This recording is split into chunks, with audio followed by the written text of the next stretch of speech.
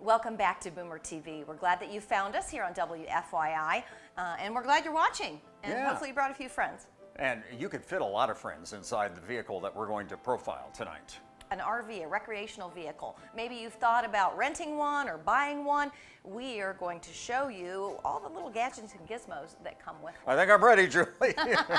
Very different than an Indy car, right? Yeah, there it's Small more, wheels. yeah, you just have to keep doing this. And, well, there's a little more involved. We'll visit with a guy who knows all about it. Derek Daly is going to be on the show. 30 years. Driving, broadcasting. Ed Wink will talk to him on tonight's show. So that's coming up on Boomer TV also. And we're going to visit a downtown hotspot. Yeah, a brewery. Yeah, that used to be a church. St. Joe's is the name of it. Paul went. He gets all the good gigs. You do what you know. Right. Security. Security! No, Security Force is a company that does makes sure you feel secure in your own homes. We'll be doing a segment with those guys tonight here in our model home. And we'll also show you how you can have delicious meals. It's called Herculean because the meals are lean and good for you and convenient too. Yeah. A profile on how that business works. It's all coming up tonight. Don't go anywhere. Don't get in your RV quite yet. We've got a lot to do on Boomer TV.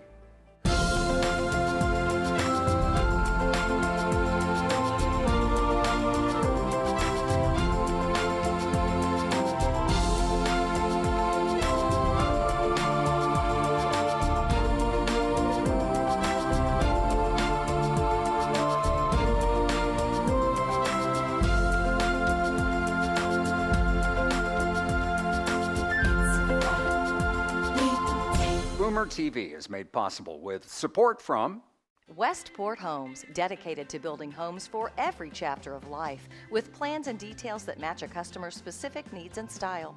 More information on Westport Homes' lifestyle collection, including community locations, at westport-home.com.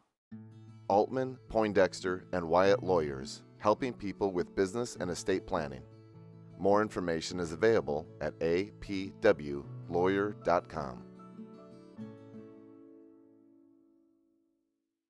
Unique Home Solutions, serving more than 30,000 homeowners since 1983. Providing home remodeling services from minor updates to complete renovations with a mission to improve appearance and efficiency. More at uniquehomesolutions.org.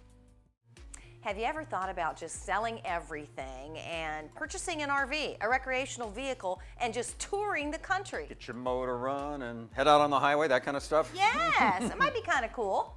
Yeah, and you would be born maybe not to be wild, but mild, because you have all those comforts of home, right? No, well, I like wild. Oh, but that's just me. What other kind of RV travel might interest you? We have a guy who's going to find out all about it. Yeah, Michael Atwood is at Mount Comfort RV. Check these out. Okay, Hoosiers and Boomers, winter hibernations have ended. Time to hit the road. Find a park, a campground. You never know what exotic adventures await. And what better way to recreate across this great land than in a recreational vehicle?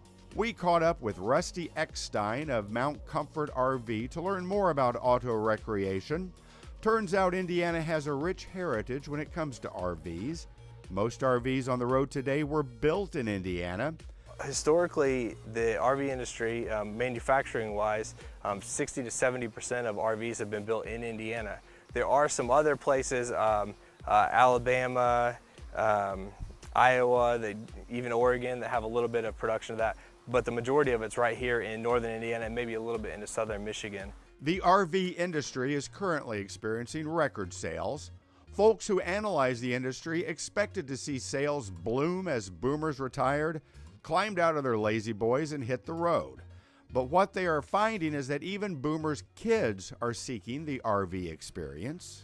For years, everybody's been saying, hey, this is gonna, the 2000s is gonna be a great time because all the boomers are retiring. That's historically what's been the RV market. That's who's usually getting them, people retiring, going out. What they found and what they didn't anticipate is the people in that 25 to 45 age range, they're really interested in RVing. They grew up camping, and now they're wanting to have that experience with kids of their own. And so we're seeing a huge growth in that segment. We already talked about, we have the people who are retiring and want to go virtually live in it on the road.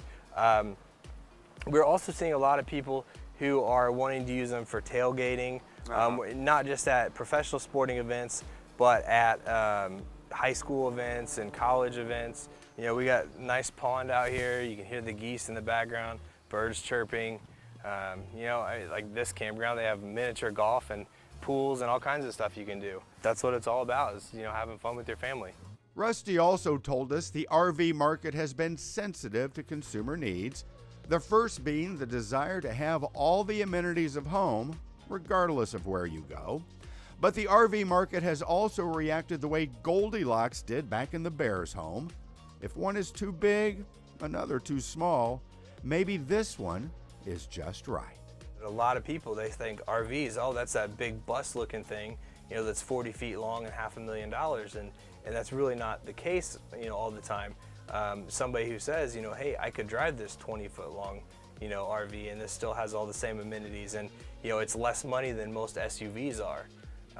I think that really kind of opens people's eyes to this industry, in that they say, well, man, this is something I could do, where they might have thought before that it wasn't affordable, or it was too big to drive, you know. Okay, Rusty, this has been a family enterprise for years. What still remains rewarding to you? The most fun thing is kind of helping people fulfill their dreams. I think people kind of grow up, and you know, they say, man, when I get the opportunity, when I can retire, or when I, you know, have a steady income, or whatever it may be, I want to get an RV. I want to go spend time with my family, and I think that's the most rewarding part about it, is to realize that you're helping people to have their vacations, to have, you know, spend quality time with their family, and to do what they really love doing.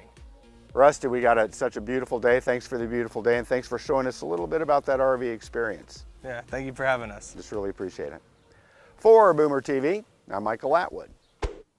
You know, one of the things I think we both like to talk about a lot is food, right? I like to talk about it. I like to eat. Paul Poteet, in fact, has got to eat. Julie, he's got to eat. Knew that was coming. Yeah. Knew it. Well, we've got something that you might be very interested in, Paul. Yeah, because it's simple, right? It is simple. Yeah. Very simple meal prep. You can do it at home, and it's called Herculean Meal Prep. And you're going to find out how they do it, and you can even lose weight if you want. It's easy. Watch. You know, if you've ever considered meal kits as a meal solution, you're not the only one. This is actually one of the hottest growing trends in the food industry. Companies like Blue Apron and HelloFresh, you know, they know that consumers are looking for something convenient, looking for a home-cooked meal without doing all that preparation, and also looking for something that can be delivered. So this trend is actually not going to go away. But we're really lucky in our community to have our own meal prep meal kit company. It's called Herculean Meal Prep, and I have Ben Canary with me, who is the co-founder of Herculean. Nice to have you here, Ben. Yeah, nice for you to join us. As I look at some of the selections you brought, not only do you have obviously chicken, entrees, but you've got pork, you've got some seafood and some beef. Do you have some vegetarian options as well? We have some coming out. They use something called Impossible meat, Okay. which is like a soy-based meat that has tomatoes in it, so it's like pink when it's raw. It's awesome. So it sounds great. Well, you're making my mouth water, actually, yeah. so I can't wait to try one of these. Now, let's go back and talk about the nutrition part. You had said, Yes. again, you're looking at something that's lower in sodium, Yes. trying to avoid these added sugars, which within this country, we're actually really struggling with those. So do you have sort of a criteria that you use as you plan these recipes and create these meals? Absolutely. We primarily look at the balance between proteins, carbohydrates, and fats. Alrighty. We try and have about a balance of protein and carbohydrates, and then they're all complex carbohydrates, so no sugar. And then we try and be low in fat, and then we try and be really low in sodium, and then we try and keep the calories, the general portion, kind of on the lower end as well. Yes, and I like that. I looked at the calories again for people who are trying to get on a weight management sort of program. This is a great way to start in terms of at least incorporating one meal, maybe for lunch or for dinner, and then really engaging and being on it on a consistent, regular basis. So, like I said, they look delicious. Now, I also noticed they're all frozen. Yes, absolutely. All righty. That we immediately knew we had to do, because meals, pre-cooked or pre-portioned things start to go bad in the fridge really quickly. And so to actually keep it convenient for the consumer, it's great to just have them in the freezer so that it's not the clock is running when you get them, so you can pull them out as you need them. We also have a body composition tool. It's called an In-Body 570. Yes, I am familiar with that. So we're probably the only people that let people come in and just use it for free, and we'll give you the printout and help you interpret it. And we found that it's just so helpful for people, especially if you have a goal in mind, to get that kind of feedback that just a normal scale at home won't tell you. Yeah, I like that. Again, it's really kind of this complete service in terms of getting a pre-packed meal that is local, so you don't have to do a national brand. It's frozen, it stays fresh, you can store them in your refrigerator, and then you actually have these support services, people who can help you navigate through this weight management, obesity, overweight, whatever it is. So if people want more information, where can they go? So we're on Facebook, Herculean Meal Prep. Our website is herculeanmealprep.com. And we have a YouTube channel where we show us making the food and out at events, and we have a lot of recipes as well for people to make at home.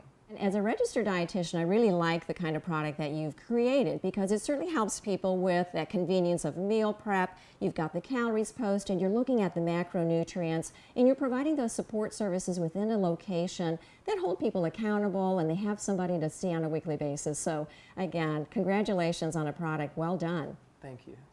I'm Mary Snell with Boomer TV. Julie, one of the great things about this time of year is racing. People go around and around and around. If we had a couple of little Matchbox cars, we could do that on this kitchen table right now. I'd beat you, I bet. Maybe. I don't know. All right, Danica, we'll see how that plays out. Yeah. Well, Derek Daly, not only was he a driver back in the day, but he's been broadcasting for quite a long time. I can't wait to see what he's up to, what he's been up to, and what we can look forward to in the future with him. Ed Wank talks to him. Derek Daly, thanks for joining us on Boomer TV. Appreciate it. As you can imagine, my pleasure. Let's go all the way back to the beginning. Tell me about how you got interested in auto racing. Very basic start, very basic beginning. Demolition derby, jalopy racing. All I could afford, I was 16 years of age. At that stage, believe it or not, I was the youngest driver in the Republic of Ireland to hold a competition license. No kidding. I'm going to jump ahead a little bit because you have 3 children. And we all know Connor. We've seen him on The Amazing Race. I'm assuming you watched the show. Absolutely. Okay. He was amazing. When Connor comes to you and you're aware of the danger and the heartbreak in this sport and says, Dad, I want to do this, what's your reaction? Well, we were down at Whiteland go-kart racetrack one day. And he said, Dad, do you think I could try this? He was only 10. Put him in. It was the most natural, easy thing for him. And from that day, that's all he wanted to do. Be in something going fast. You were involved in a crash in 1984 in Michigan. Front of the car gets sheared off. There are famous photographs of you with your legs splayed out in space. So that was the day that changed my life. I would imagine. Really, it did. And so Michigan, I lost control, crashed at, impact was 212 miles an hour. And I ended up in intensive care. I was 2.5 years in therapy. Broke everything you could break up the left side, bone grafting, skin grafting, to put it back together. And so when I looked at the pictures of destruction, I realized I wouldn't want this to be the legacy that I would leave. Okay. And so I had to get back to racing. I had to get back so as I could leave on my own terms. I'm in Sebring at the Sebring 12 hours endurance race. We go out and win. And my wife said to me, isn't that really cool that you won? And I said, who really cares unless you tell them? And that was when I knew it was the beginning of the end. Okay. Because I had strived so much to get back to win. When I got there, it didn't have the buzz that I thought it would have. And so having got back there, back to win, I could now leave on my own terms. And I was already in television broadcasting at the time. Right. So I wasn't going to have a void in my life. I was already in live television broadcasting. As we both know, there's no real money in television. Right, so, exactly, yeah. So what else are you doing to pad the income these days? So television broadcasting led me to a 25-year career. Loved it. I did an interview with ESPN while I was hurt. It turned into a 10-year contract. My executive producer left there, went to Speed Channel and Fox Sports. I went with him. So there was a sort of an easy transition. Wish TV here in town, I became their analyst. I'm now 30 years this year, believe it or not, it's been that with long. Wish TV. That's exactly. And so during my television broadcasting, I would ask to come and do a lunchtime speech. And then somebody said, well, we'll pay you to come and speak for lunch. You will? And that led me to another career of motivational speaking. That's the main thing I do today. I love to go out. That's awesome. Talk to major corporations, use the sports platform of the Indy 500, where you have the admired skills of the world's great racing teams on display, and I tell them how to transfer those skills into their corporate culture. So it's a completely connected third career connected to the sport that I started when I was 12 years of age. All right. One last question. Biggest thrill off the track? I would say it was walking into Muhammad Ali's house, sit down with him, have him get into a discussion with me in his house, and have me read the Quran to 5 people in his office at the time. Can you believe that? Muhammad Ali. Best of luck to you and the family, and thanks for being on the program. My pleasure, anytime. All right, with Derek Daly, I'm Ed Wank for Boomer TV. We're coming to you from our Westport home studio, in the kitchen, hanging out, but every room is important in your house. The kitchen especially. The kitchen is but important. But no, it is important to keep every room in your home safe, right? Right, so when you're in, bed at night, drifting off to sleep, you know the rest of the house is protected. Absolutely. It's got a force field around it, you might say.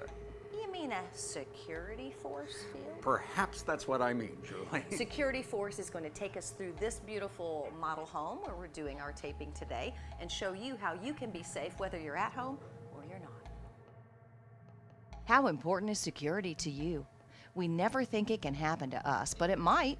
Meet David, who is an expert in the field of security and has some of the latest technology to show us. Right here, we've got a Lyric controller. What this does is, bad guy kicks in that door over there. Okay. Say you've armed, you're at Walmart. Shopping for dinner. He's shopping for dinner. Yeah. Then, bad guy kicks in door. What this little baby's going to do is it's going to call up to local law enforcement. They're going to call you and say, hey, is this a false alarm? And you will say, no, it's not a false alarm. Yeah, I don't know what's going on. Yeah, and cops will come out and bad guy gets taken to jail and your stuff is protected. There are various alarms you can select. This one has a touch screen that allows you to arm and disarm very easily. It's smart too. It can turn on lights and can adjust temperature controls while you're at home or even when you aren't. It can be operated from your smartphone and will connect to any smart home automation device such as Google's Home Assistant or Amazon's Echo. David shows us other devices that add an extra layer of security. Even doorbells add a new layer of security. Anytime it sees motion, anytime it sees anything move, it starts recording. That's a camera. It's a very nice little camera, yes. Smart doorbell. Not to mention the fact that also, if you have anyone come over, they just push this button, you get an alert on your phone, and you're actually able to talk to them through this doorbell. So they don't know you're not home. Right. Ooh. These advances in security keep boomers safe even if out of town. Motion detectors sense movement in the home. See, motion detector is one of a few different pieces of equipment we have. We have motion detectors, we have things called glass breaks, which actually look very similar to those. It shoots little beams down, and if 2 of those beams are cut when you're not home, it says, hey, someone's in this house that's not supposed to be in this house. And then it alerts the system and calls the police. Wow. And then glass breaks are little things that'll chill out on a wall. If they feel the wall vibrate, if they hear glass break because it hears that particular sound, again, notifies police. Both the motion detector and the glass break are unobtrusive when mounted strategically on a wall. David takes me outside to talk about outdoor cameras and how they keep us safe. They mount to the outside of your home and can take video and then send that video to your smartphone with an alert message. Some of these outdoor cameras even record for a full week. So are these very expensive? Not really. You can definitely pick these up for a decent price. These are actually a fairly new camera, and this is the kind of technology, Julie, that as it progresses, it is going to get cheaper. Okay, so what are we talking? $100, $200? About $200. Okay. Let's look at cameras that you can put inside your home. They not only watch, but they listen too. You can communicate with family members in another room or collect details from a break-in. Another layer of protection is a window contact. So you may not be able to immediately feel it, but there is a little indent here in the window. I see it. There's going to be a bit of a magnetic thing right here. Magnetic device, yes. That speaks to that, and that says, hey, this window is open. Meaning bad guy comes by, pries your window open, your security system goes, hey, my window's been open. Wow. and we'll alert law enforcement. Technology has a lot to offer if you want to secure your home. Security Force is just one of those options and has been in the area for 10 years. Well, David, thanks for walking us through the latest and greatest in home security. If you've been considering, getting a new monitor for your home, maybe we've pushed you a little bit closer to making that decision. I've always just had a dog. Well, see, our security systems, you can't just throw a piece of meat at and, it'd be quiet. You have a point there. My dog would definitely go for the meat. Oh, mine would too. Oh, man. Well, thanks for joining us, David. Thank you, Appreciate Julie. that. Thank you for having me. Julie Patterson, Boomer TV. So there's this brewery downtown. It's been around about 3 years now or so. Yeah. And Called St. Joe's. St. Joe, Saint, important word. Very unique because Yeah. it used to be a church, a Catholic church. At once upon a time. So now it's more than just the stuff for communion. It's been converted. Oh! Get it? Oh! All right, you go there. You're going to tell us all about it, right? I won't be cross with you over that pun Thank as you we all. take you to St. Joseph's. Cheers.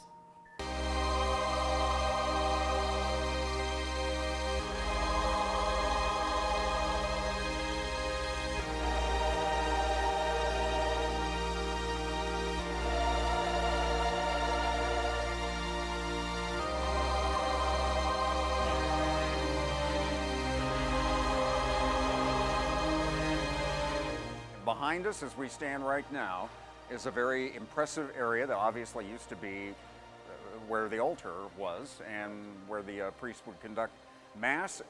Now, it's been tanked. All I see are very large structures that are making the beer here. So you're making the food, but another important part of this place is the beverages. Very important part, yeah. So we have anywhere from about 10 to 15 beers on tap at a time. Normally we have about 3 beers that are on all the time. Then we have another rotating beers of about 10 different varieties. So the history of the building, I mean, it really goes back. It goes back over 150 years, or nearly 150 years? To 1873. 1873, they were having services here, and this may have been like, what, the edge of town at that point back then. It was the 4th church to open within the diocese. Wow, so that's really going back, and then it was a church for a long time. Now, it stopped being a church before it became a restaurant and a brewery. There's a little bit of a space in between. Is there anything different that you have to do to build out a dining place, a brewery, when it's been used for something like that, as opposed to? we had a priest come by, it was deconsecrated and stuff like that before we actually started the building of the restaurant and brewery. So. Wow, that's interesting. Okay, so everything is, I don't want to say kosher. I think I would be mixing metaphors, but everything was done by the book. Yes. And of course, the obvious, smart alecky question is, does the wine come in a little cup or a little glass? It actually comes in a large glass. It comes in a large glass, just like you would expect. Well, it's a fun topic, and it's an interesting topic. I'm sure people are going to come back not because of that topic, but because of the food that they had. So what is it that you think that you're most known for so far? I'd say one of our most popular dishes is a bison meatloaf. We make a bison meatloaf in-house. We toast a piece of Texas toast, some Yukon Gold mashed potatoes, a piece of the bison meatloaf, a porter beer gravy, and then a sunny side egg up on top of that. So that's one of our most popular dishes, I would say. Another dish we have is, it's a burger, but it's called the Reifenberger, hence my last name is Reifenberger, so I named the burger after myself. I never thought of that. You have food in your name. Yeah, so we do have a Reifenberger here. It's a 8-ounce beef patty with some braised pork belly, a little bit of a barbecue sauce, a smoked cheddar cheese, and some pickled red onions. So I'm trying to do a lot of times like the porter beer gravy, if I can incorporate beer into some of the dishes since we make the beer here. So I try to do that. We have like a mussel dish where I'm cooking with beer as well. So if I can incorporate the beer in the dishes I'm doing, that always works well, I think. Okay, so he likes, to experiment, and he's doing some things he hasn't done before. What do you like, just as a consumer, when you're here? What do you like to eat? One of my favorite dishes is the mussels. They are from Prince Edward Island. They're made with the Kolsch beer that we serve, and they do have chorizo in them, and it's house-made chorizo. And I like to have that when I'm done working with a benevolent blonde. Benevolent blonde. Yes. That's what you are, right? A benevolent Yes. blonde, right? Yes. Yeah, sure. And what are there like three different kinds that you can always get in various forms? Is that how it works? We do have 3 house beers. We have our Cornerstone Kolsch, which is a really light beer, easy drinking, everyday drinking, crisp. We have our Benevolent Blonde, more of a Belgian, but still pretty light and nice during these warmer months. And then lastly, we always have our Confessional IPA. So if you're feeling bad about yourself, drink one of those. Well, you realize, of course, this place did undergo a conversion at some point. Yes. To become what it is today. Cool. So it's local, and it's got a local pass that's interesting, and it's in the downtown near Massachusetts Avenue area. St. Joseph Brewery and Public House, AD 2015.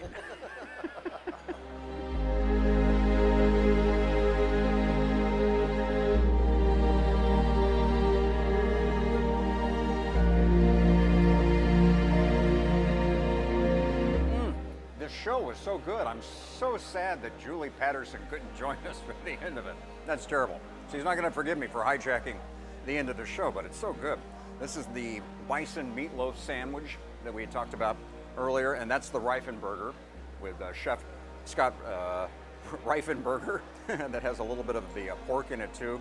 And I haven't touched the mussels yet because obviously I'm not too familiar with mussels, but that could be good too. Great place. This is the St. Joseph Brewery and Public House, one of the many places and many people that we've met on this latest episode of Boomer TV. Another chapter is coming next week right here on WFYI. I may bring some of this back to the house for Julie Patterson too. I'm Paul Poteet.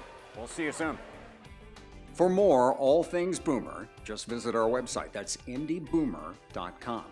Indie Boomer connects TV, magazine, and radio. It contains useful information for baby boomers all over the Indianapolis metropolitan area.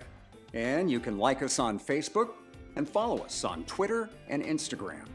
Pick up Indie Boomer magazine at most Kroger stores and libraries. Look for us all over Indy. Listen to Boomer Radio every Saturday afternoon at 4:30 p.m. on Freedom 95 with a rebroadcast Sundays at 7:30. Indie Boomer, for the next chapter of your life. Boomer TV is made possible with support from Westport Homes, dedicated to building homes for every chapter of life, with plans and details that match a customer's specific needs and style. More information on Westport Homes' lifestyle collection, including community locations, at westport-home.com. Altman, Poindexter, and Wyatt Lawyers, helping people with business and estate planning. More information is available at apwlawyer.com.